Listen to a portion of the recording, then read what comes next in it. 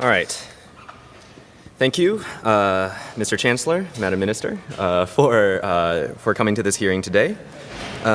Firstly, our first question is, what are the current flows of people between Marburg affected areas and Germany? Please give a country-by-country inventory and whether or not we can currently account for every person who has been to those countries in the past few weeks. Well, as you know, this is a rapidly developing situation. We are working closely with our EU colleagues to be able to gather this information as quickly as possible and disseminate it. At this time, I don't have specific numbers to note exactly those quantities. So you're saying that we don't know. Do we know it for any of the single countries? I'm saying we're still looking into it and we're still collecting that data, and we will present it when we have everything. And how fast do you think we can get the data? Well, at the moment, our priority is ensuring the safety and security of Germans and of broader Europe. So that's our priority, and we will collect that information and release it as it becomes available. All right. Thank you, Mr. Minister. Secondly, this is a question for you, Madam Minister, which is Germany going to continue sending aid workers to affected areas so they can die by disease or violence? And how can we expect them to be effective in such war-torn environments? And how do we stop them from spreading the disease once they come back? I'd like to echo the Chancellor's response in that we are working with our EU colleagues to coordinate how we are going to be handling health workers during this crisis. Additionally, I would encourage you to look for statements not only from the EU but also in the UN about these matters. So can you tell me how many German aid and medical workers are currently in the affected areas? This is something that you guys should be on top of, right? At the moment, because of the sensitivities around this and for the concerns of the privacy of those who are involved, we're not disclosing specific numbers of information at this time. What do you mean by privacy? It's not like we're running a covert operation here. It's a public health response, and I think the public deserves to know about their health. Well, currently it's a response that's going on in another country, and so at the moment we are out of concerns for the privacy of family members who are involved, not releasing that information. We'd also like Family members of whom? I'm not asking for the identities of the health workers. I'm asking for what German resources are being deployed. These numbers are going to be in flux over the next couple hours, given what comes out of our EU Council meetings and what comes out of this UN resolution. And so those numbers we will have updates to when we have them available. But what about in the past week? I mean, I know that there have been workers on the ground. We know that there's been a rapid response team sent. Can you comment on just the magnitude of Germans who are currently in the affected areas? We have German aid workers at one camp in Lusa on a border area in South Sudan and DRC. Those workers were there before this crisis ever began. So we would like to reiterate that before the government puts German lives in any type of peril, we go through a process to vet security. And we do not feel comfortable giving you any numbers of how many are going to end up in here, and we don't have a full security profile right now. Okay. And especially in light of the EU Council meetings today, and given that currently we share open borders with the entirety of the EU, can you comment on what are your plans for travel, what, if any, are your plans for travel restrictions in light of, potential migration of infected people? As you know, in the past two and a half years alone, under your watch, Chancellor Christensen, 2.5 million migrants have come over to Germany, on top of a large number of legal immigrants as well. What exactly is the number of migrants and asylum seekers we're going to allow into Germany this year? And how can we be sure that we're not letting infected people through and that we're able to keep track of all the people that are coming through Germany's borders? Well, in response to your first question, we are in conversations with all of our EU colleagues. We think it's very important that the EU has a united response on this question in order to send consistent messaging to our citizens and citizens in Europe. And therefore, we are negotiating with all of our partners to come up with a comprehensive effort to address any possible advisories or other actions to take to prevent the spread of the virus. So we've already seen a number of countries issue travel restrictions to the affected areas. I mean, clearly this is something that's alarming leaders around the world. So are travel restrictions on the table at this time in the EU? Have you discussed them? Many things have been discussed in regards to our response, and we'll be releasing more information about that very shortly, I believe. Got it. But personally, do you believe that travel restrictions would be helpful? I think this is an ongoing and very rapidly evolving situation. I think that anyone who is thinking about traveling to these regions should definitely think about the risks, but at the time we are not commenting informally on that. Okay, so even if we don't issue travel restrictions then, I mean, can we be confident that we can actually keep track of these people once they come back into Germany? I mean, our recent experience shows that there are 30,000 migrants that should have been deported from Germany that we've just lost track of. We have no idea where they are. They could still be in Germany, they might not be. They could have committed crimes, horrible crimes as we've seen in Cologne. I mean, what makes you so confident that sort of we will be able to keep track of these infections if we keep allowing people to come into Germany from these areas? Well, again, at this moment, we don't believe that there is an extremely high risk to the broader German public, but we are monitoring the situation very closely, and I'm very confident that with the right resources and collaboration with all of our EU partners, we'll be able to come up with a coordinated response. So where are the 30,000 migrants? Why haven't you found them if it's so easy? Well, again, I think that you're talking about migrants generally, where in this case we would be talking specifically about people who are at risk of this disease, and the resources that we would be able to put on those individuals, especially, as I said, working with all of the other EU partners, would be much greater than we would put on the average person crossing the border. Why? What makes you say that? I mean, why haven't you put more resources into tracking down these migrants then? I mean, we've seen them commit crimes already.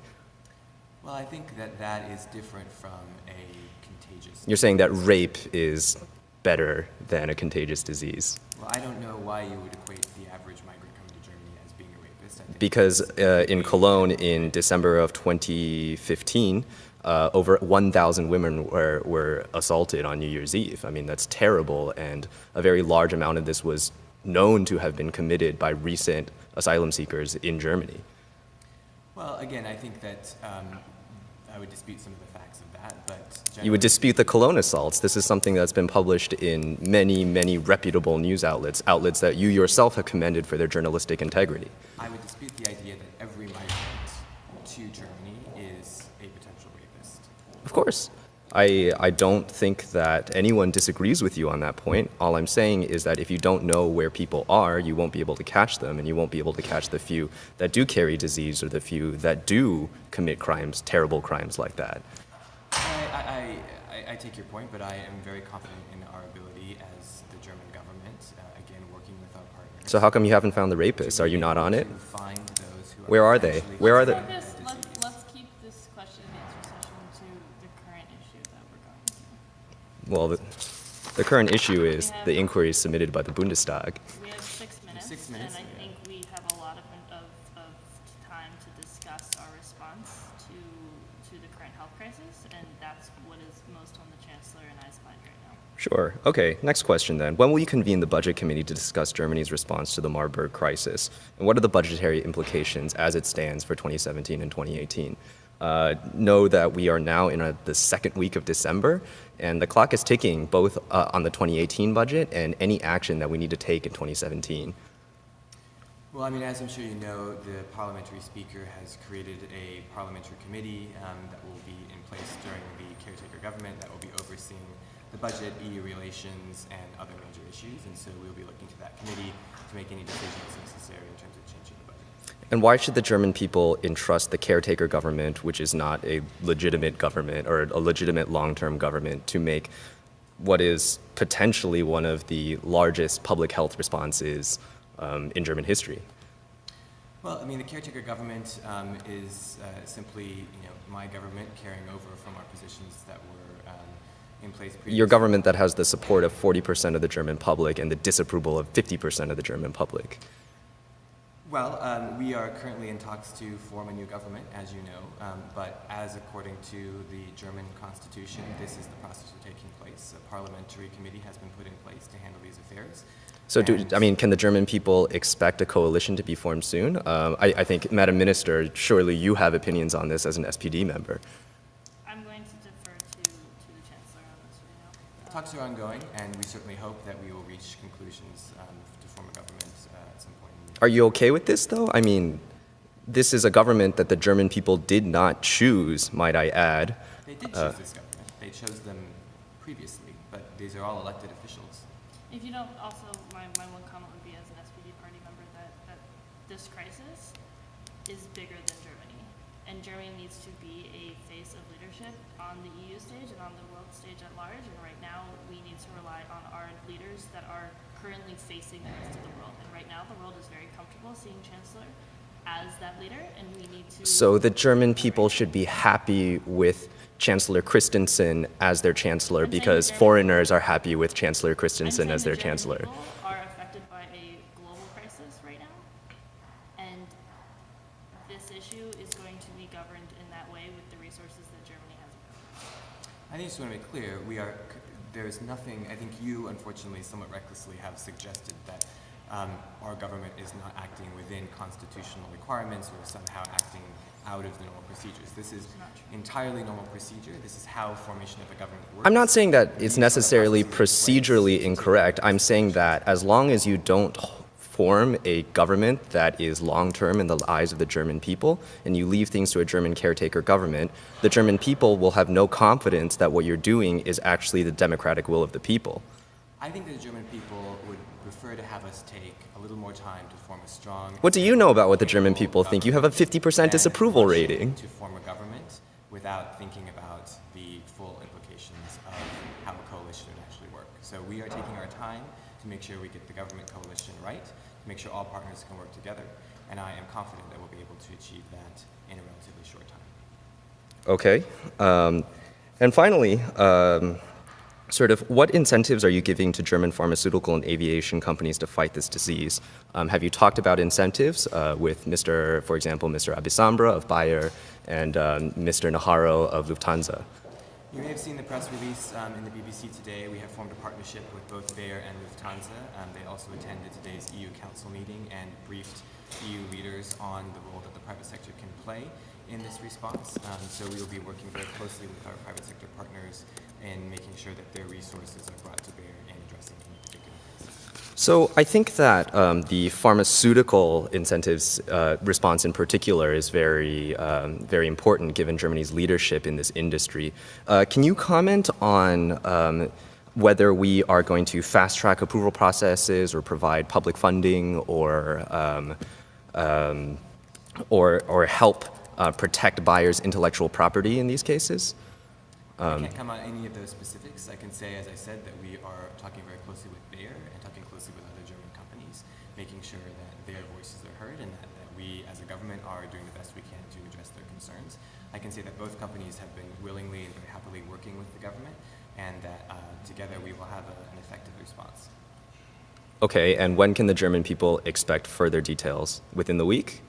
Well, as I said, a press release was already given out today. I think that provided a lot of details. Details about what? You didn't comment on any of the major planks of a pharmaceutical support policy. Well, those are complicated regulations that need to be worked out, again, within the context of the broader EU. It's not something that Germany can just do unilaterally, but that is an issue that was discussed just earlier today at the EU Council meeting, and I'm sure we'll be able to... So when can the German people expect specifics? They can expect specifics as soon as the specifics are available and finalized. Yeah, so that's up to you, right? How fast you are able to develop specifics. Do you have a plan? That's up to a wide number of stakeholders and partners to come together and come to agreement. I'm hopeful that given the urgency of this, that people will be able to... So how fast do we need to prepare? How much time do we have? That's the last question. Oh, I'm sorry. I have to go to an urgent meeting, but... You're not, okay, fine. You won't comment on how much time we have. You took 5 minutes before the start of this conference, before just talking to your CEO friends, and you are not willing to give a timeline to the German people about what you think is important. What do you, a timeline for what are you asking? How fast do you think we're going to need to act here? I think we should be acting as quickly as we can. I think everyone should be aware of the urgency of the situation. That's why we're having emergency meetings of the EU Council and other forums. That's why the United Nations bodies are also discussing very quickly. So we are treating this as a very urgent situation, and we are acting accordingly. And so I think we will be presenting information to the public as soon as it becomes available. Thank you. This meeting is adjourned.